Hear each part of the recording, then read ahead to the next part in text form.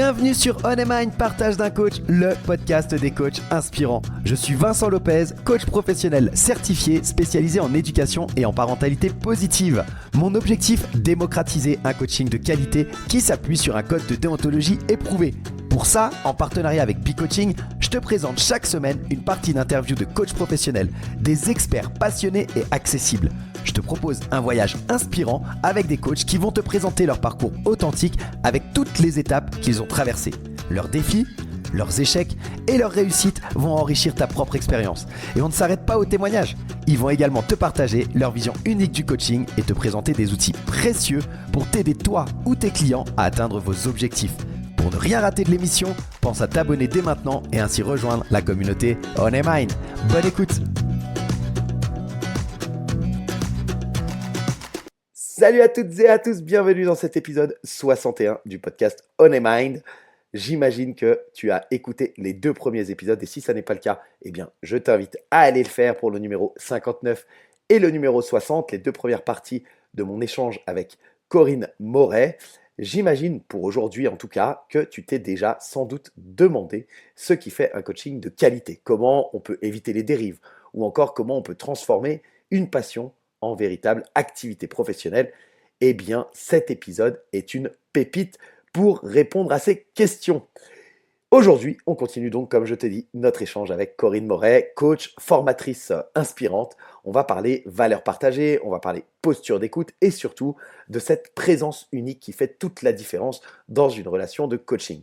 Tu vas aussi pouvoir découvrir pourquoi le travail sur soi, il est indispensable pour pouvoir éviter par exemple le syndrome du sauveur ou encore comment s'en sortir dans un marché qui est en pleine évolution.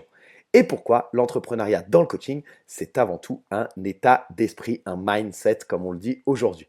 Corinne, elle va partager avec nous également des conseils ultra concrets pour les coachs en devenir, les futurs coachs, les baby coachs, bref, tous ces coachs qui veulent se lancer et dont tu fais peut-être partie.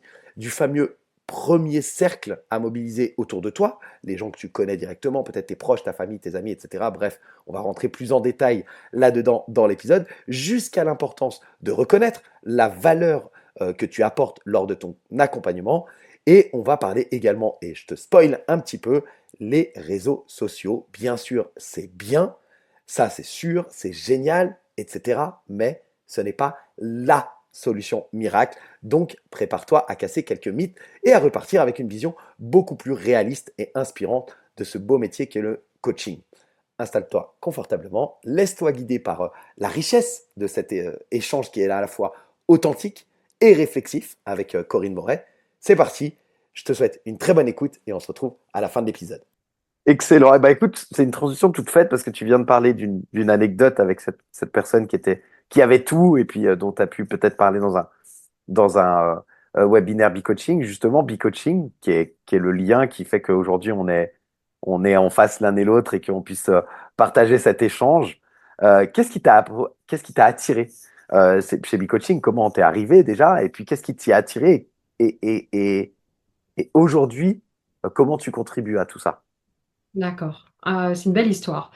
Alors, eh bien, écoute, le lien à l'origine, c'est Florence Abri. Si Oui, elle nous bien écoute. sûr. Bonjour Voilà. Florence, si elle nous écoute. Bonjour Florence. J'ai envoyé un SMS vendredi.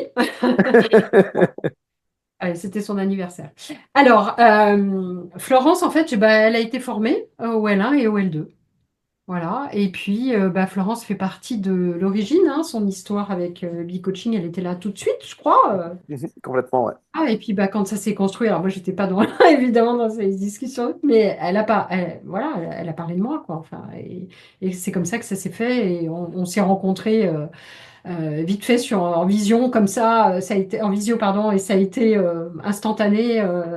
Voilà, c'est bon, ça colle, quoi. C'est bon, ça colle. Moi j'adore, enfin tous les deux là, ils m'éclatent, ils sont incroyables. Euh, alors, tu vois, je me suis ravisée parce que je leur dis, mais comment, au début, je leur dis, mais comment vous faites pour jongler avec vos activités professionnelles, vos vies familiales, l'air de rien, voilà, ils ont quand même des enfants, une famille. Et puis, le fait de donner, en fait, 3 fois, je crois, par semaine, du temps à la communauté. plus le fait de construire la plateforme, etc. Tout ça, c'est extra travail. Et en fait, je me suis ravisée récemment et je pensais à eux et je me dis, mais en fait, ils font ce qu'ils aiment. Le sujet est juste là, Question de priorité et de mettre en avant ce que tu as envie et ce que tu priorité. aimes. Ouais. Mhm. Voilà. Alors après, oui, c'est une rencontre en fait de valeurs. Moi, je crois aussi que c'est beaucoup, forcément, c'est les valeurs partagées. Ils sont généreux, ils sont authentiques. Ils sont directs, et puis il y a le côté que j'adore, c'est si tu veux ce côté entrepreneurial, parce que Bee Coaching, d'abord c'est une société concrètement, mais en même temps c'est ce côté entrepreneur qu'ils ont et moi j'adore parce que ben c'est se remettre en question, c'est aller de l'avant, c'est essayer et puis ça marche, bon ça marche pas, eh ben on fait autre chose, on prend un autre chemin et puis et ça pour moi voilà. Et puis c'est toute cette jolie communauté. Honnêtement, j'ai fait des rencontres extraordinaires. Bon, Florence, quelque part, c'était avant, mais après, voilà. Et aujourd'hui, il y a toi. Et voilà, parce que j'ai formé déjà quelques personnes, tu vois. Donc, je fais un coucou à. Voilà, j'espère que je ne vais pas oublier. Faudra pas m'en vouloir. Euh, voilà, il y a Adriana, il y a Sophia, je fais le truc à l'envers. Il y a Béatrice, il y a Christelle. Oula, je suis sûre que j'oublie. Mais bon, en tout cas, voilà. Il y en a Non, trop, donc tu peux pas tous les citer. pas tant que ça non plus, mais en tout cas, il y en a pas mal et je suis très contente parce que pour moi, ça fait sens, en tout cas, dans ce que je comprends de billet coaching, c'est d'apporter des choses différentes à la communauté.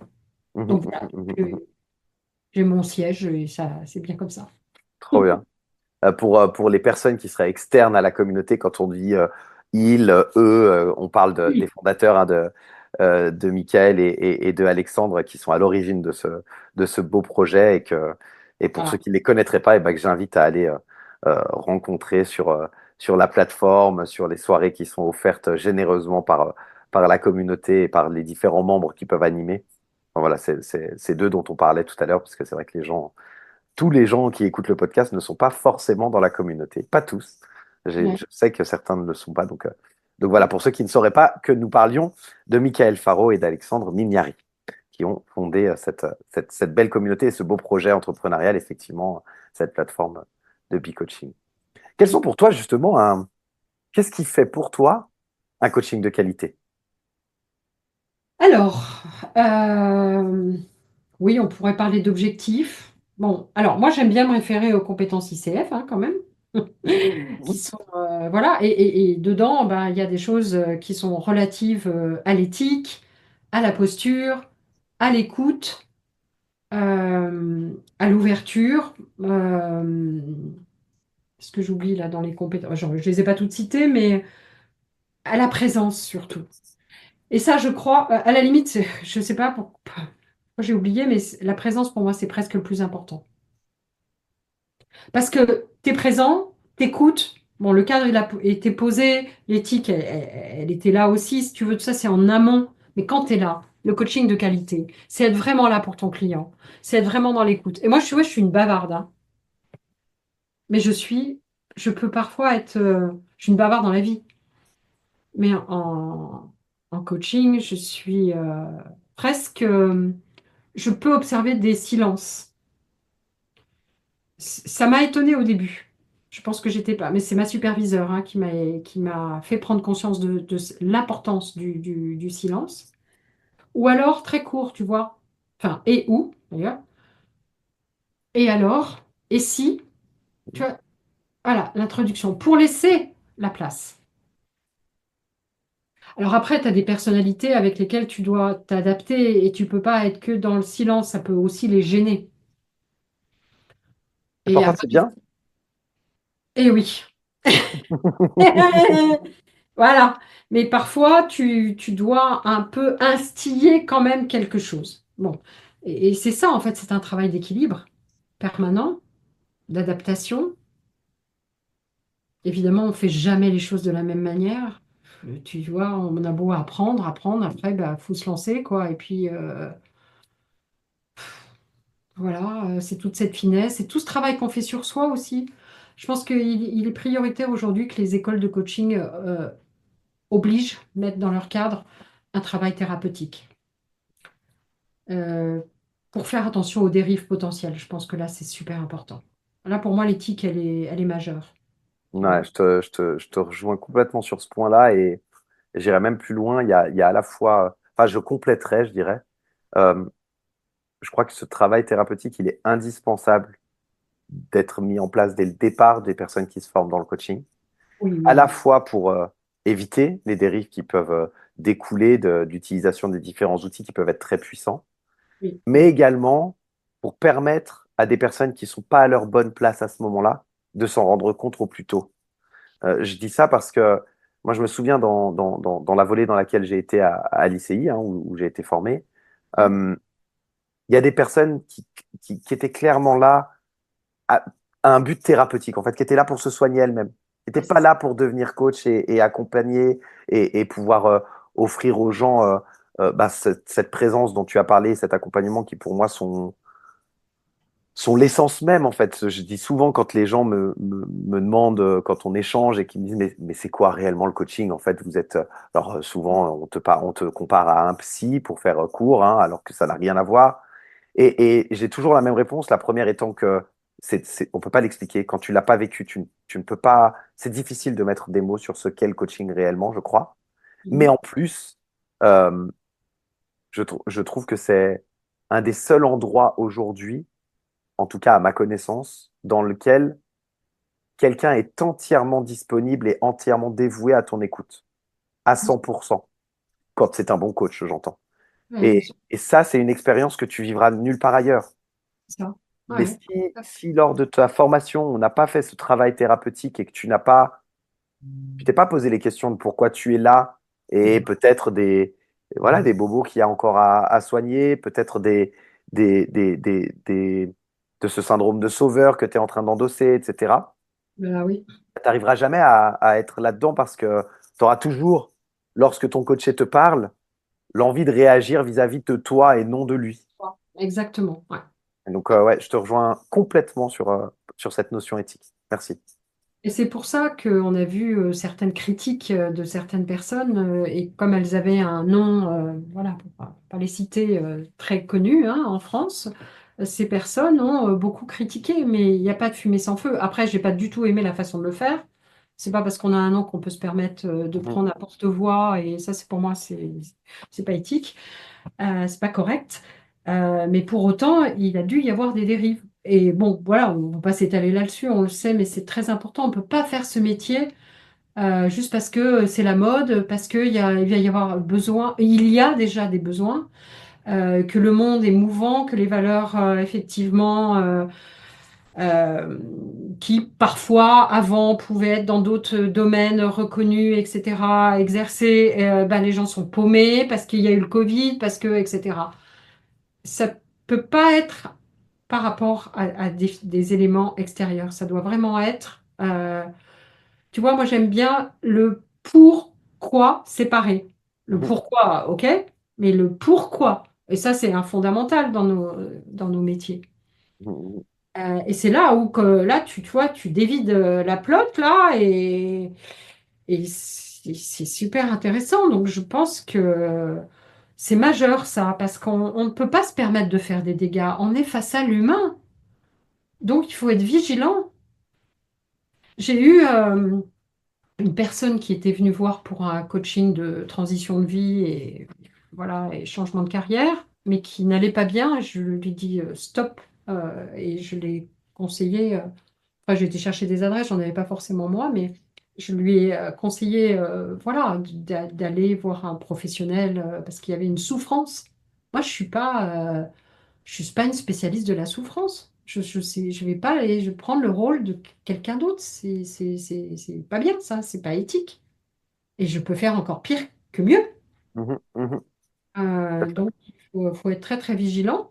Puis, bah, elle est partie pendant quelques temps et puis elle est revenue. On a été dans ce que je pouvais faire pour pouvoir développer son potentiel et l'aider à sortir, en l'occurrence, du placard doré dans lequel elle avait été mise. Voilà. Ouais, non, c'est important. Mais tu sais, l'éthique, elle est dans la vie de tous les jours. Voilà. Enfin, c'est un grand sujet, hein. Mais bon, après, Ouais, je pense que c'est effectivement, voilà, c'est un très grand sujet. On pourrait faire de très nombreux épisodes uniquement sur cette thématique-là et sur clairement. comment elle est perçue, sur comment on l'appréhende, comment chacun l'appréhende en fonction de son parcours, de sa culture, etc., etc. C'est un très très grand sujet, mais voilà, je te remercie pour cet échange et ce point de vue parce que je pense qu'il y a une vraie question à se poser là sur la formation initiale des coachs et sur qu'est-ce qu'on leur transmet, comment on leur transmet, et sur l'importance de de cette prise de recul et de cette mise à disposition de notre personne pour notre coaché. Il y a vraiment ce côté-là qui doit être pris en compte et s'effacer un petit peu. Avec ses compétences, alors tu l'as dit, hein, c'est un jeu d'équilibriste, donc à tous les niveaux, à tous les niveaux. Ouais, et puis, il y a jamais de hasard dans les personnes qui viennent vers nous. Mhm, mhm, mhm. Donc, ça, c'est très important. Alors, bien sûr, toute la partie marketing, la cible, la niche, etc. Oui. Alors après, c'est sûr que comprendre comment on fait ce métier ensuite, sous quelle forme on va le faire. Est-ce qu'on va être salarié d'un cabinet? Est-ce qu'on va être indépendant? Donc, voilà, il y a une partie... voilà, enfin, je sais pas si tu veux aborder ça, mais ce côté de l'état d'esprit entrepreneur, il est majeur. Ok, voilà, tu fais ta formation, on sait, ok, tu as la bonne posture, et après, tu en fais quoi? Et moi, je dis, c'est très bien aussi si on a fait une formation de coaching qui a révélé des choses dans notre vie et qui a permis de nous voir nous-mêmes évoluer avec tout l'effet systémique que ça peut avoir derrière. Et si un jour, bah, on y revient parce qu'on peut, pour des raisons, tu sais, de vie quotidienne, moi, je suis une pragmatique, moi, tu vois. J'aime bien ce côté de dire, est-ce que c'est possible concrètement, de quoi j'ai besoin, de combien j'ai besoin, tu sais, le QQ au QCP, quoi. Mhm, complètement. Voilà, et donc oui, ben, si c'est pas possible là tout de suite, ça peut être possible après, ça peut être possible sous une autre forme, ça peut être possible, voilà. Parce que franchement, aujourd'hui, si les entreprises, elles utilisent, pardon, le mot est pas beau en plus. Elles engagent des personnes qui ont fait des formations de coach, mais c'est un énorme plus. Ah oui, Et je ne parle complètement. pas forcément du métier de coach interne, Non, non, non. ça peut être dans une autre fonction. Parce que pour moi, c'est d'abord une posture, c'est d'abord un état d'esprit. Mhm. C'est juste génial. Ah, je Euh, suis convaincu. mais c'est une richesse. Voilà, parce que bon, parce qu'effectivement, il y a eu beaucoup, beaucoup, beaucoup de fournées de coachs qui sont arrivés sur le marché et après, bon, chacun fait comme il veut et le chemin il se trace, hein, de toute façon. Et moi, je veux pas rentrer dans ces débats, tu vois, de c'est bien, c'est pas bien, telle école, machin. Dans le mode critique à la française, ça m'insupporte. Par contre, je crois que le marché, il se fait. Je me Oui. souviens il y a quelques années avoir entendu, oh là là, mais tous ces coachs qui arrivent là, on va plus avoir de boulot. Ben non, parce que aussi, ça veut dire qu'il y a un besoin dans la réalité, dans des niches X. Et puis encore une fois, bah, si les personnes l'ont pris comme une expérience personnelle et qu'elles peuvent le mettre à profit dans leur attitude au quotidien, ben pourquoi pas? Ah, Après, je crois qu'il y complètement. a eu des grands leurres, tu vois, avec des chiffres qui ont été donnés où les gens s'imaginaient qu'ils allaient gagner. Le rêve, quoi, le marketing. Le Mais marketing. la réalité, voilà. Et je dis pas que c'est pas possible, attention, hein, c'est pas du tout, hein. Moi, je suis du genre, ma carte préférée dans, dans le coaching game, c'est tout est possible. Une petite feuille. Voilà. Mais vigilance, quoi, quand même, hein. Ouais, ouais, tout à fait. Non, non, complètement. Complètement. Et ensuite, eh ben, souvent, il y a différentes casquettes. C'est très compliqué. On en parle souvent dans ces épisodes où l'idée, c'est aussi justement non pas de casser des rêves et de casser des mythes, enfin, pas de casser des rêves, mais de casser des mythes plutôt, Ouais, et de simplement remettre les pieds sur terre et de se dire que il y a une palette d'outils qui existent dans le monde de l'accompagnement. Le coaching en fait partie. Dans ce coaching, il y a également des outils. Tu vas aller définir ta niche, tu vas aller faire ton travail d'entrepreneur si tu le souhaites. Tu vas peut-être travailler, comme tu le disais très bien, comme coach interne dans les entreprises, être employé dans un cabinet de coaching, peu importe, il y a la possibilité de te créer un revenu avec cette activité-là. bien sûr. Mais attention, tu vas pas gagner des dizaines ou des centaines de milliers d'euros comme ça en l'espace de très peu de temps, comme peuvent te le vendre un certain nombre de marketeurs sur Internet. C'est pas la réalité. Et la majorité des coachs ont, des coachs qui exercent le coaching aujourd'hui, ont différentes casquettes. Ils peuvent être formateurs, ils peuvent être consultants, ils peuvent être conférenciers. Ils ont, en parallèle du coaching, eh ben, d'autres casquettes qui viennent compléter, qui vont dans le même sens, mais Voilà. qui permettent eh ben, d'avoir une vie d'entrepreneur assez riche, ce qui est également ton cas. Tu es formatrice, tu l'as dit, Bien sûr, bien sûr. Ouais. tu en as parlé. Et c'est tout ça qui fait que le coaching en tant que tel doit être appréhendé non comme une fin en soi, mais comme quelque chose qu'on met dans sa, tu vois, dans sa remorque et qui nous fait avancer sur le chemin de la vie plutôt. Oui, c'est énorme. Je pense faut se former à ça, à cette approche. Avec le préambule qu'on a dit tout à l'heure sur l'accompagnement, sur le côté thérapeutique, ça c'est pour moi absolument prioritaire. Néanmoins, ça change tellement de choses. Je connais tellement de personnes qui sont formées au coaching et qui ont bougé des choses dans leur vie.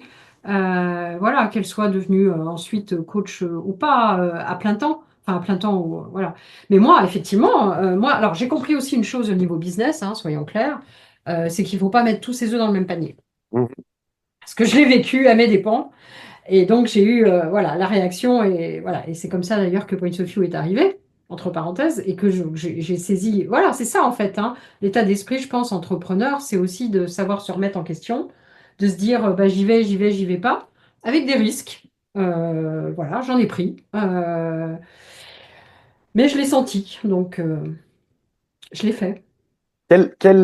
Justement, peut-être quel conseil, quelles informations tu transmettrais à des coachs débutants ou en devenir pour qu'ils puissent euh, appréhender ce côté entrepreneuriat? Hmm. Euh, alors, évidemment, il y a la partie, on va dire, ils sont formés, etc. Alors, je vais leur déconseiller de faire du gratuit non-stop. Alors, quand il s'agit de faire le pro bono pour les accréditations, machin, ok, ça c'est autre chose. J'en parle pas parce que ça fait partie du dossier et j'en parle même pas. Mais il faut qu'ils soient conscients de la valeur de ce qu'ils apportent dans la vie des gens. Moi, j'ai souvent parlé de cette relation à l'argent parce que j'ai été face à des personnes qui travaillaient avec moi et qui avaient des difficultés par rapport à ça. Et j'ai dit non, je suis désolée. J'ai dit, mais tu te rends pas compte ce que tu donnes aux gens? Tu transformes une partie de leur vie. C'est-à-dire qu'en fait, la personne, elle va se aller mieux dans le sens où elle va trouver quelque chose qui lui permet d'aller mieux. C'était pas une psy, hein, c'était une coach. Ça n'a pas de valeur, ça. Et donc pour moi, la valeur personnelle, reconnaissez la valeur que vous apportez. Alors après, je ne vais pas rentrer dans le détail, si tu veux, des sommes, voilà, coaching privé, coaching entreprise, machin, tout ça, non. Voilà, les gens ils savent très bien faire, en fait, en l'occurrence, parce que je pense qu'on en parle quand même un peu dans les formations coaching aujourd'hui, enfin, j'imagine. Mais c'est d'abord de se faire confiance, de reconnaître sa propre valeur et d'être clair sur quel est l'apport du temps donné à une personne dans son coaching, dans son programme, pour arriver à quelque chose qu'elle ne ferait pas seule. Donc c'est quelque part un gain de temps avec des possibles erreurs. Donc ça, c'est le sujet de la valeur. Sur le côté entrepreneuriat, ben, savoir se remettre en question et pouvoir accepter. Moi, j'ai été beaucoup dans des écoles aussi si tu veux intervenir sur des modules. J'ai fait beaucoup de prises de parole en public pendant 7 ans à l'IFAG, à Lyon. Voilà, j'ai fait beaucoup de choses. Donc, moi, je dis, il faut être ouvert aussi. Ça, c'est mon deuxième conseil, c'est d'être ouvert finalement, tu vois, à regarder comment je peux être en contact avec des environnements qui potentiellement m'amèneront quelque chose. Moi, j'ai eu un coaching de prise de poste. C'est pas mal de mes coachings d'ailleurs, les prises de poste. Parce que j'avais une étudiante, il y a des années en arrière, qui avait discuté avec moi. Elle voulait être RH. Elle était très sensible à tout ce côté humain. Et pourtant, c'est pas une école RH, hein. Et elle m'a retrouvée sur LinkedIn et voilà. Donc allez-y, bougez, sortez, voilà. Pas forcément accumuler des outils. Moi, je devrais pas dire ça, mais en même temps, allez au contact, sortez, allez networker, allez rencontrer des gens et parlez de ce que vous faites autour de vous. Le premier réseau, c'est nos proches, nos voisins, nos commerçants. Moi, tu vois, j'ai une petite équipe, je t'en ai pas parlé, mais j'ai une petite équipe de prestataires en bilan de compétences. Parce qu'en fait, je fais aussi des bilans de compétences. J'en fais plus, je leur laisse. Enfin, j'en Mhm. fais plus moi-même, mais j'en ai fait. Et on parlait de la vente, bah, à la limite, c'est la même chose. Et je disais, dans les bilans de compétences, ça touche tout le monde. Un bilan de compétences, ça touche tout le monde. C'est complètement différent du coaching, avec le gros avantage que le CPF en France permet justement à un moment de sa carrière. Donc voilà. Évidemment, on était d'accord sur le fait que le premier cercle est très important, mais qu'aussi il faut faire valoir. Et puis après, bon, il y a toute la com. Si tu veux, voilà, c'est ça, c'est progressif. C'est premier cercle, deuxième un peu plus loin, et puis après, c'est visible de tout le monde. Donc c'est LinkedIn, ton site web et compagnie. Ça ne suffit pas. Je suis persuadée aujourd'hui que les réseaux sociaux ne suffisent pas à drainer des clients. Ils Mhm. nous donnent une image. Voilà, c'est pas comme ça. Je pense que l'approche directe est plus efficace. Mhm.